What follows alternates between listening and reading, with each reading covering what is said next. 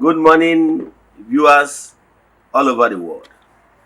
Egwu nụrụ kịta bụ egwu si na ngalaba na-afụ gbasara mgbasa ozi ọdịnala Igbo n'Ugochi Tubelu Ọdịnala Temple.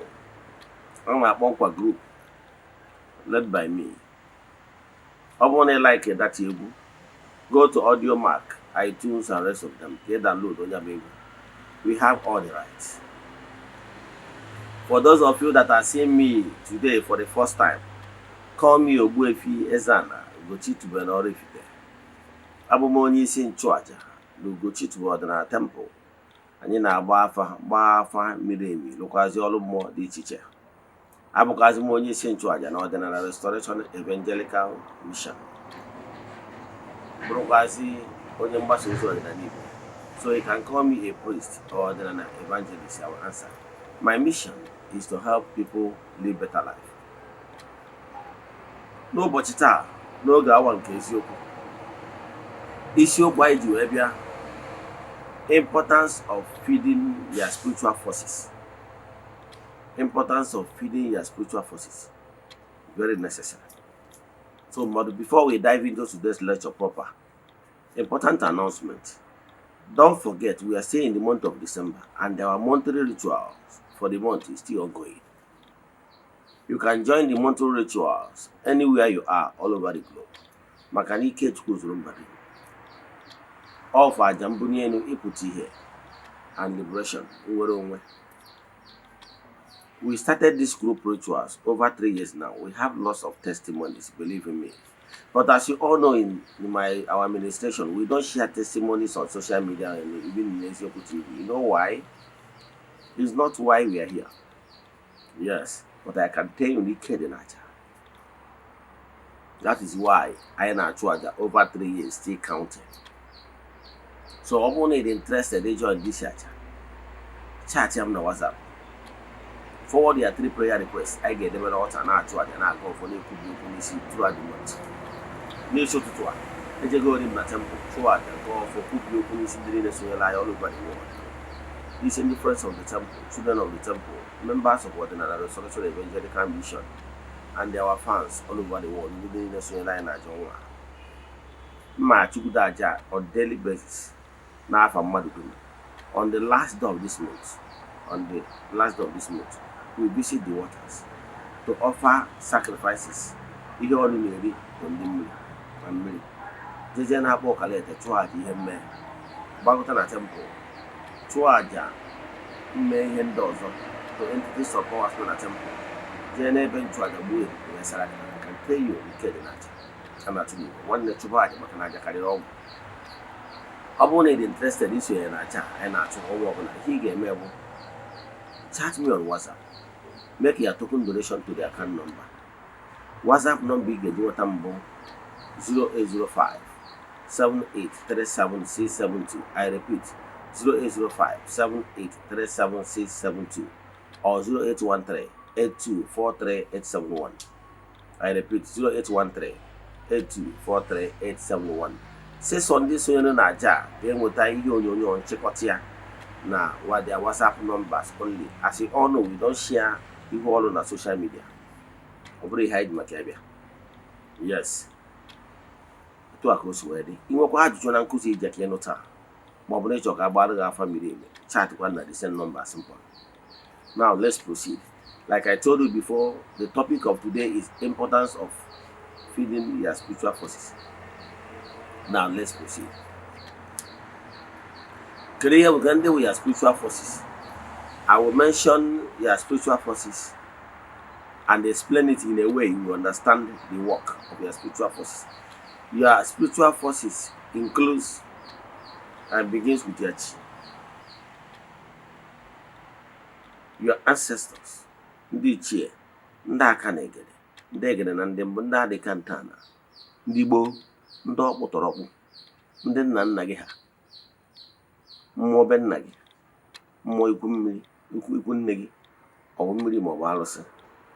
All their spiritual associates, nke gụnyelu whether be the connected, direct connection with anyanwụ dịka nwa anyanwụ, ma ọ bụ na the direct connected with nwa ikuku, ma ọ bụ na the direct connected with mmiri, ma ọ bụ na ịnwụ nwa ana. Ebe ọ bụla associate ọ bụla ị nwere link with daya ezumezu ka ndị agwụ gị, ndị gị na ha so wee bi ụwa, ndị yi ụwa gị, ha niile bụ ya ezumezu mmụọ niile gị na ha so, ya spiritual entities. Ụfọdụ nwere ike ịkpọkwa ha ya spiritual guide, but their spiritual guide, but their spiritual forces, whatever I kpọrọ ya, what it means is that those entities of powers that very close to you, ụfọdụ bụ ndị gị na ha nọ into covenant, into ọgbụgba ndụ, even before you align yourself, you are with them, even before you are here on earth. I can tell you, let me tell you what is happening in the spiritual realm. Do you know how here on earth we all belong to different groups? We have personal friends and we have associates that we belong to here on earth. That is the same way we have links and associates and friends in the spiritual realm. Yes. Some of them are some spirits and entities. You share common link with them. I'm going to know the Indians. I will be telling you about your zodiac signs. Yes, I remember when I was in India. Yes, many years ago.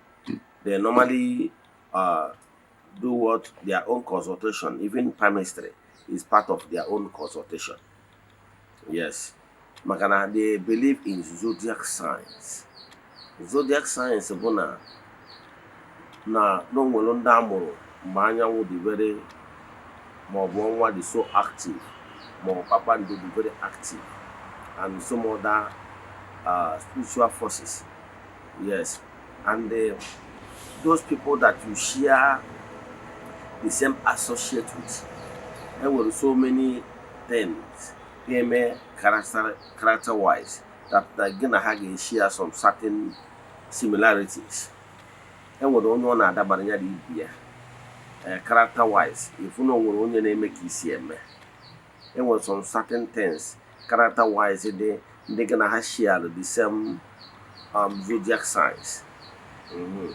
Though Igbo spirituality, we don't normally use more of that zodiac sign, but it appears to I want to go 1 million white at the everything, one all the same thing. My name is going to number, but I can tell you I'm a Sagittarius, and that's right. But I can tell you there was some many things that are very common among Sagittarius. Yes. There were so many things that are very common. Once I see a Sagittarius, there were so many things we share in common. Yes, that made us unique in our own right. So it's what I call the That we are spiritual forces. Why I digress a little is for me to explain to you that those there, once you are here on earth, then you are spiritual associates. And I can tell you, career. Once you recognize your forces, you are those, your spiritual associate. Once you recognize them, then believe in me, they will always stand by you. It's like you are in your town, as you are in your town now. If you refuse to join the Oboge or to more belongs to your traditional groups, yes, more by or to the teacher, then if anything is happening to you, unlikely, and most of them will not even care because you do not care about them. So your spiritual force is built from your chi. Some people can even call your chi the third eyes. But I can tell you that your chi is the closest being to you. And once you are closer to your chi and your spiritual forces, a man will not only fell. Yes, on your can deal that soon only not ban a baby biana and reason bona. Only not ban a baby beer. Is body beer. Amado go 1 or 2 organ where not to water, or man will not tackle fake, or chain one cheer. So, when you align with your spiritual forces, the importance of it is that you are trying to build personal relations. You know, as on earth now, as in a mother, then you're building contacts. Those friendships you are building, they are the people that will come to your aid whenever you are facing any challenges. You know that no one will only offer just 100,000 or more for again. Yes, even take and they pay whenever you have. You will not see somebody that will give the person. You know why? Many things are involved. It's not even all about money. Sometimes it's very good for you to build personal relations, PR, and the only way you can build those PR is when you begin to help people, as in people are trustworthy, that in any way brand and where you hate to marry. Make sure in your entire life that you build a brand. Let people know you for your integrity. Let people know you for your hard work. Let people know you for your determination and your sincerity. Let me tell you what happened. Years back, I was a club I formed. This club I formed, I'm the pioneer, one of the pioneer founder. Yes. So I'm the pioneer secretary of that club. We formed it on the first club. When we formed this particular club, we are about 3 of us that engineered it. On our first meeting, we are about 5. Second meeting, just like that, we keep increasing. Now, but what I want to tell you there is one guy. This guy is into this selling of rice and other things. Yes, I want to tell you this story for you to learn something from it. This guy is doing rice business and other stuff now in the market. So when this guy started, so we in the club really tried. We made it as a mandate in our club that our members should consider buying things from him, unless if his price is higher. But once he sells the same thing that others sells out there, we pleaded, it's not compulsory anyway, but we pleaded to our members to always patronize each other, especially once we are into other field. People, if you let us know what you are into, then we can patronize you when needs arise.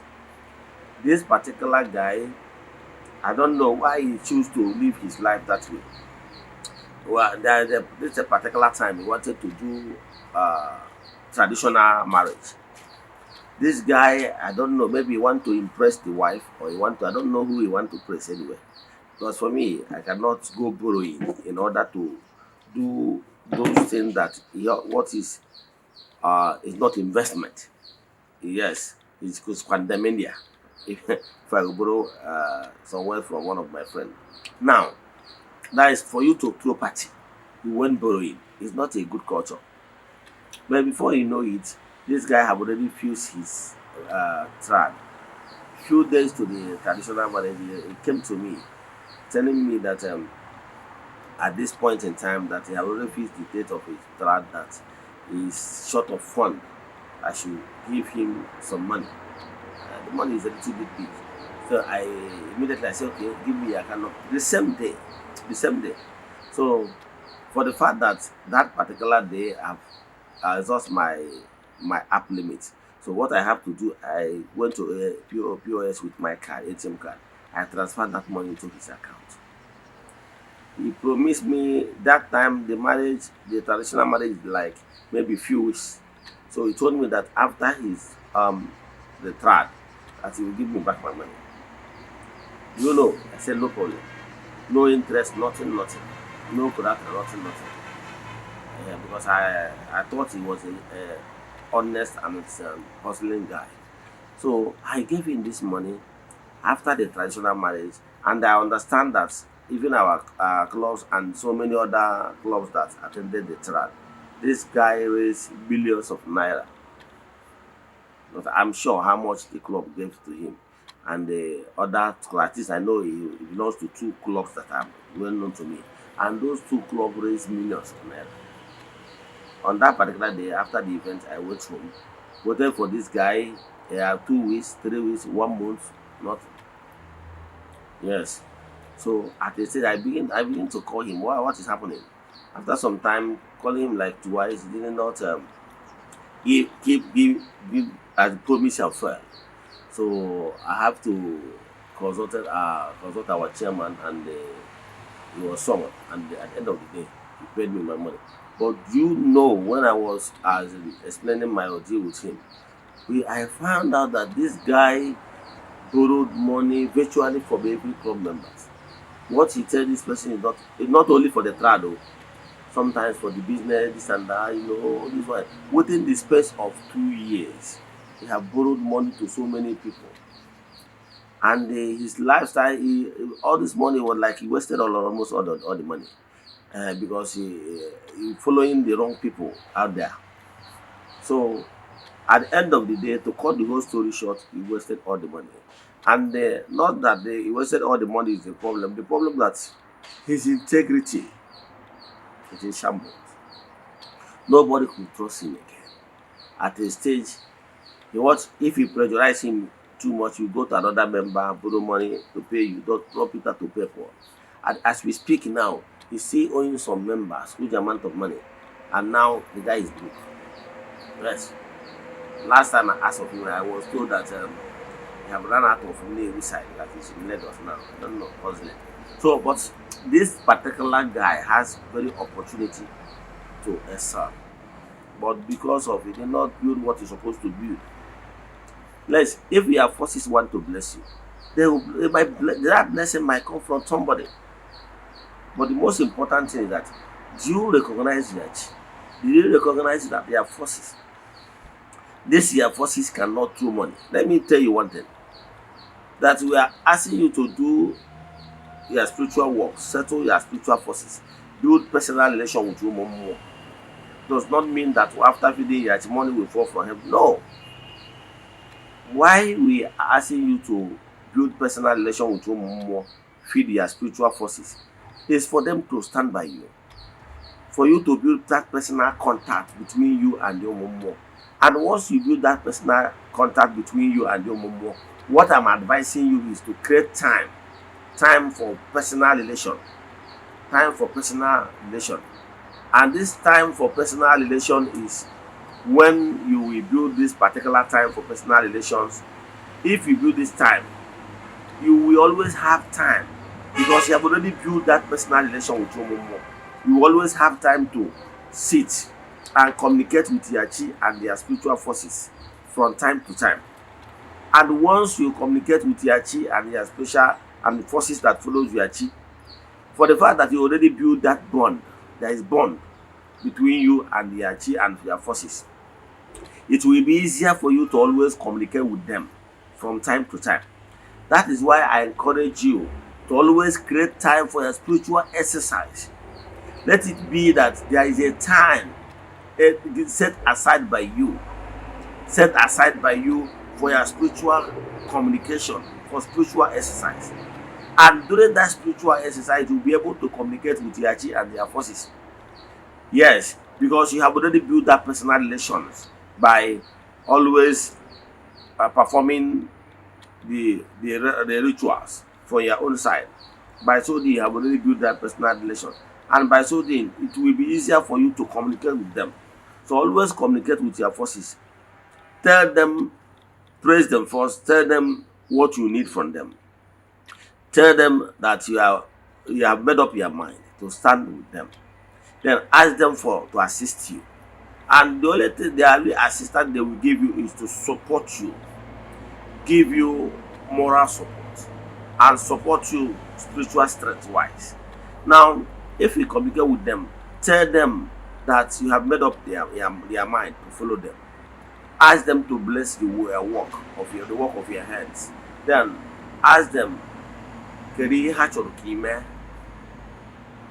by so doing, you will receive inspiration. Ihe mmadụ ji connect to spiritual forces is to get backup, to get recharged, and ka akwụnye gị n'ọkụ. Is your spiritual forces they akwụnye gị n'ọkụ.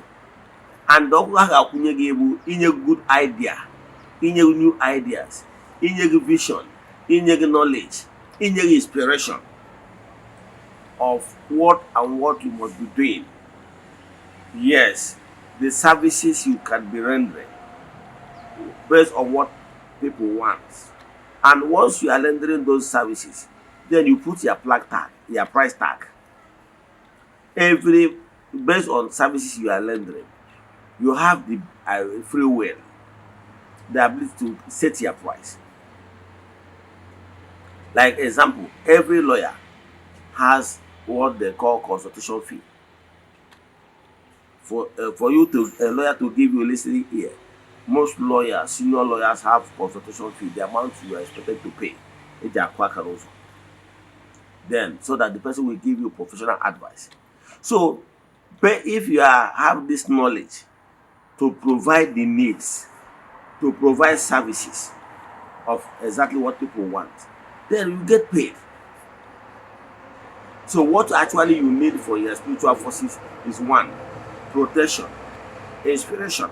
Because once you are feeding your chi, your spiritual forces, you'll be protected. Believe in me. Yes. Once you are feeding your spiritual forces well, you will be protected. The same way, if you are feeding your physical forces. Example, if you have bodyguards that protect you in your house, maybe you have those security details, then you are paying them their salary. So definitely, for the fact that you are paying them their salary, you are doing them well. Their duty is to protect you when the needs arise, because you are paying them. Their work is to protect you, to justify the payment they are earning for you. That is how it should be. So the same way with your spiritual forces. If you are a type that always pay homage to your spiritual forces, recognize them, tell them na ha na-eme ọfụma, kene ha na nke ha mere eme, then ask them to do more. Maka na ndị Igbo na-atụ si na ekene nwaanyị na-agwa akịdị ka adị agwụta ọzọ. My question to you today: when was the last time you thanked their chi and their spiritual forces? Say ha na-emego na ha emego. That gratitude must not depart from your mouth. Make sure you create time for gratitude. Yes. Have you thanked your chi and spiritual forces for what they have done in the past? Then, so that you will be able to ask them for new ones. So, build that personal relation. Don't tell me that you don't have money. That you don't have money is not an excuse. Because devotion and calling liberation is not all about money. I've told you, even if you cannot afford cola, you can't afford hot drink, you can even use ordinary water to pour libation. Ebaka no why kona to kwasabia. The most important thing that you face the east. Remember to face the east. Call your chi, call your spiritual forces. Kpọọ ha ndị niile, kpọọ ndị nna nna gị ha. Ịkpọcha ha onye ike kwere gị, ịkpọọ mmụọ niile na-eri oge n'ụbọchị ahụ. Wee gwa ha na taa na gị nwa bụ nwa onye dị etu akpa afa gị. Na-ebịa ka gị na ha nọrọ ya, na-ebịa ka ituo ha afọ ụtụtụ ka i wee nara ngozi. Ị gwa ha ihe etu o si chọọ ka ụwa si dịrị gị, maka na etu onye si ka ụwa ya dịrị ya ka ọ ya dịrị ya. You make that declaration, imesịa ha, ịpụọ ha debeshọn, si ha na mmiri bụ ndụ. Yes, na ihe na-ayọ ha bụ na etu ị na-enye ha mmiri, biko ha nye gị, ekwena ka ahụ akpịrịkpa ọgụ nkụ, ha mee ka ndụ gị dịrị. Yes, pour it 4 times. Ihe mmụọ na-achọ ọgba obi ji mee ihe. Ọ bụrụ na how mighty ihe i nyere dị. No. Yes. So, ọ bụrụ na imesịa ya etu ọnwa, keep doing it. I have told you times without number. Create a particular time. You know, mmụọ ji anọ dị. Like this morning, by 3 a.m., I was awake, doing what I know how to do best. Yes, during the time of my spiritual exercise, I do it daily. So, create time to communicate with what he chọrọ na ebe chọrọ ịnọ. Then make that declaration. And it's very important if you can fix a particular time best suited to you. Choose a particular time. Let them know that at any given time, this particular time, you normally wake up for gonna hear no or not about more way here, more convenient. The most important thing is that under 24 hours, create 5, 10, 15, 20, 30 minutes. You know more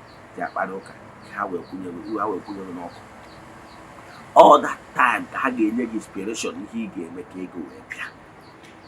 That time ka ha ga-enye gị, ha ga-atụnye gị alụ ihe ị ga-ebido mebe and the format ị ga-use ka o wetara gị mma. I can tell you, I keep quoting it. Hosea 4:6 says, and I quote, "My people are suffering because of lack of vision and knowledge." So what he needs for you to escape suffering is vision and knowledge. Add it to wisdom, and you will be up there. So begin to build personal relation with your mom. Etu a isi build personal relation with your mom. Etu a isi build with your mom. And the more na gị na ndị mmadụ na-eme ihe, try ya ka ị bụrụ support. Ya nwee ihe na contribute that shows love to the person. Believe in me, the person will reciprocate. Yes.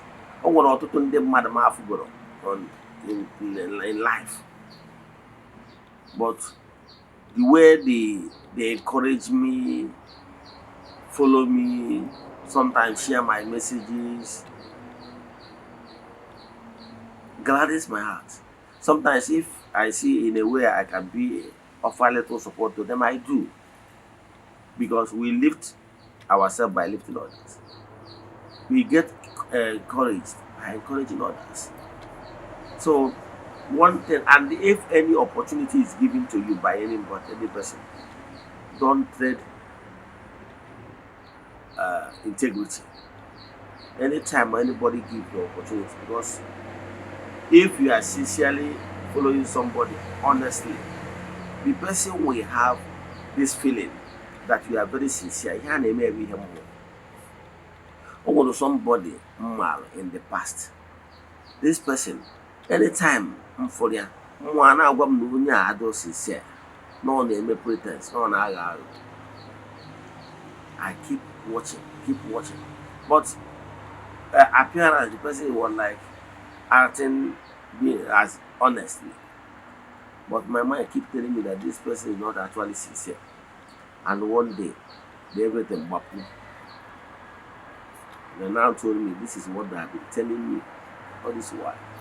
So what I can tell you, once you are sincerely loving someone sincerely, if the person is an open-minded person, the inner feeling will be telling the person actually that you are with you. So once you are made up your mind, sincerely speaking, and you are already at peace with your spiritual force, believe in me, they will bless you beyond measure. I'm a living witness. I told myself when I came back to Eze-Ana that after reading so many books, I read so many spiritual books and I have found out that Igbo spirituality is the best. Because if you want to practice ordinary, natural way of practicing it, not people that try to follow the shortcut. But ordinary Igbo spirituality does not guarantee you a gombute or negaba benz. No. However, but don't join fast lane. Don't join fast lane. Makada will danger in every fast lane. We're doing everything naturally. What I can assure you as ordinary spiritualist is that anything that is destined for you, no man will take it away from you.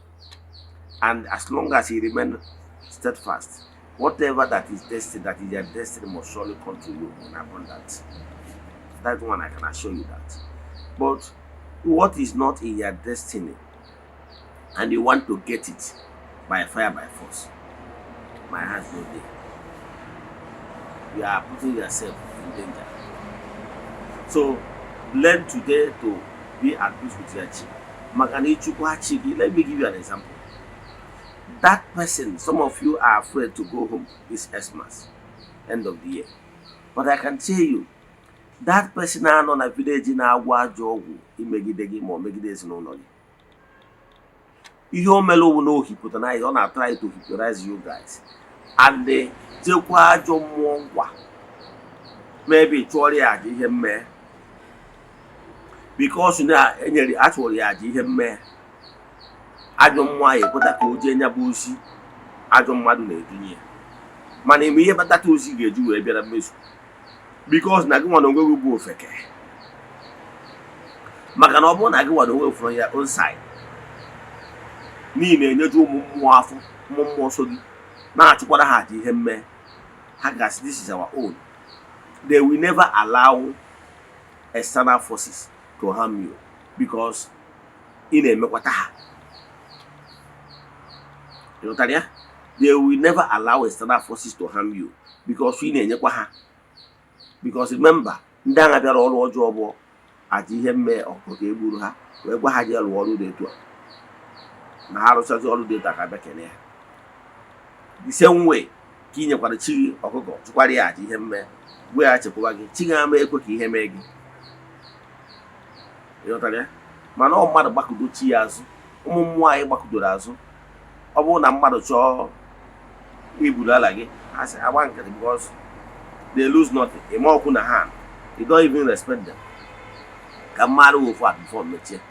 Ọ bụrụ na ibi na yard na-enwere nwatakịrị n'iwe a matured man or a matured woman, ibi na yard, onwe this particular nwatakịrị bi na yard, ma obi obere nwa ebe 10 years or so. Ọ pụta ụtụtụ okede ego ọfụma. Onwe ihe ị na-eme, ọ dị less busy, o nyere gị aka.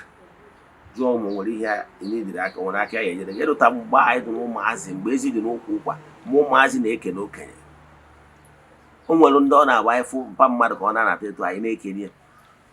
Anya nnọọ kene ya ego dominen ọ na-abata. O nwere onye anaghị onezi ya ọnwụ na ọmara ofesi, ọ jụọ gị kedu ka isi wee mara ya, wee gwa ya ọkwa ya mpa onyinye ma ọ mpa chidi. O si oke esi ya na chidi owe ya friend. Ịghọtara ya? Itu aka ụmụazị na-ama okenye oge a na-ekene mgbe ezi dị n'okwu ụkwa. O nwere parents ahụ ya waifu ka ọ na-abata etu a. Anyị nyere ya aka bute ihe obu na ọwụrụ ihe obu too much. Mgbe ezi dị n'okwu ụkwa. Example, ọnwụ na ibi na ya adị, onwe nwatakịrị gị na-ebi na ya adị gị. Mgbe ọbụla ị chọrọ ije mee ihe ọfụ ka ibu too much load, ọ bịa nyere ya aka sị obodo ka ebute ma ọsịsa ka nyere ya bute ihe. Nwatakịrị ọkpụrụ ụkwụ kede gị ọfụma. Ọ bụrụ na ị na-apụta na junction na bus stop, fụ ka anya na ndị mmadụ na-enwe exchange of maybe ego keke ma ọ minor things, ya akwụsị ọkwa eziokwu. Ịkwụsị chukwu ka ihe na-eme, ọkọọlụ gị ihe na-eme. Ọ bụrụ na ọkesi setụrụ ya, ọ bụrụ na ihe a ga-enye obere ego isetụrụ ya, ọkwa ya obi ama ekweghị gba ya nkịtị ebe ịfụnanya na ndị mmadụ na-enwe problem, ọkwa eziokwu. Etu a ka ọ dị na gị na chi gị. Mgbe ọbụla ị na-echeta chi gị, na-erota chi gị, na-akwanyere chi gị ugwu, o nwere mgbe chi gị ga-afụ ka mmadụ ji na-ehypnotize, na-agwọ ọgwụ, na-eche gị ka ịbata Xmas ka oliminate enye gị n'ezinụlọ ka chi gị gba nkịtị. Chi ga-ama ekwe. Ọ ya ka ndị Igbo ji asị mmadụ asị chi ma ekwekwana. Because your chi is the only one that will give consent and abandon you. Really. Onye bata ndị Igbo ga-asị onye buru chi ụzọ ọgbagbuo onwe ya n'ọsọ. Ịghọtara ya? Once you are ahead of your chi is not following you, is not guiding you, you will run tired. But once you and your chi and your Izumez are standing by you, who want that person that will harm you? Not possible. Because those your chi and your spiritual forces, all have your password. And I can tell you, your chi and your spiritual forces is the forces that holds your password. And without them logging in, nobody will have access to you. You have your Facebook account, right? If you did not give anybody the password, will the person have access to your account? The answer is no. So your chi and your Izumez has their password, their inner password. And if they did not give anybody access to your password, believe in me, nobody will harm you. And somewhere nobody will hack your account. Are you following? So as you know, begin today to do best. Ine-echukwa chiki, ine-echukwa mmụọ chiki, or mmiri ma ọ bụ alụsị, or spiritual associate. Na-eme udo, ọ bụgodu na ị nwere ego, na-eme ọjị, na-eme ncheta aka, na-agọpụ ọjị, na-ekwubi okwu, gbakwara ihe ọbụla bụ ihe chiki na-asọ nsọ. Ịma na chi mmadụ nwere nsọ. Ihe ọbụla ịma na ọ bụ alụ na bụ ụlọ, chi gị na-asụ ya. Ịsọ ọrụ ihe bụ alụ, avoid ihe ọbụla iji aka gị si ka i stepụ on toes ka imegide onye nwere ihe o mere gị. Gbakwara ihe ọbụla agha bụ soil ya hands in blood ọsọ. Mgbe ọbụla ịkwụbara aka gị ọtọ, I can tell you, no man ịkwụba aka gị ọtọ gị na ya chi and Izumez are not in good terms. Nobody can harm you. Nobody can take what belongs to you. Let me stop here. If you have any question in today's lecture, chat me on WhatsApp. Remember 0805 7837672. Again, I repeat 0805 7837672 or 0813 8243871. I repeat 0813 8243871. See you tomorrow. No, I want to may the blessings of Chukwu bless you abundantly, follow you. May the work of your hands begin to yield fruit. All those people that will hear this message and put it into practice, and all these are followers that constantly sharing our message.